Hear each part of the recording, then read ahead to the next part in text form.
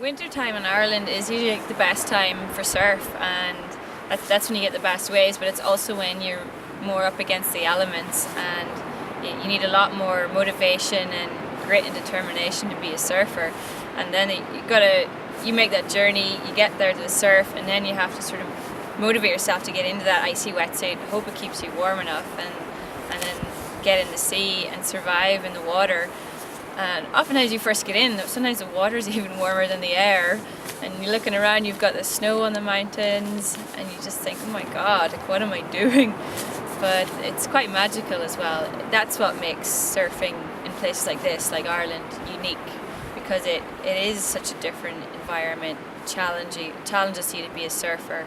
You have to really want it, and then I think when you get the rewards, it's all the sweeter.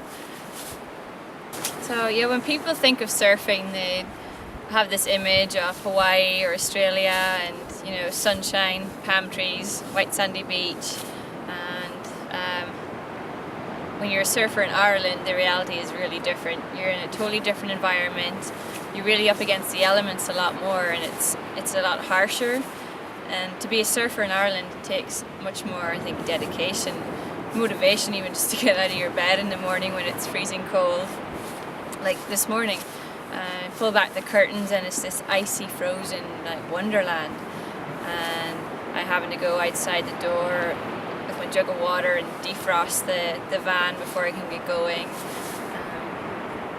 You even have to deal with the fact of your wetsuit, and sometimes having to sort of shake the ice off it because it's so cold, it's gotten frozen overnight. And today it was a real challenge. I couldn't even drive to the beach, it was so icy, so I had to walk. And just the whole journey along, you're taking it all in, you're looking for signs to see if the surf's up. The anticipation builds as you get closer to the sea, and you're wondering if it's going to be the day where you're going to get that wave, you know. But you don't win all the time.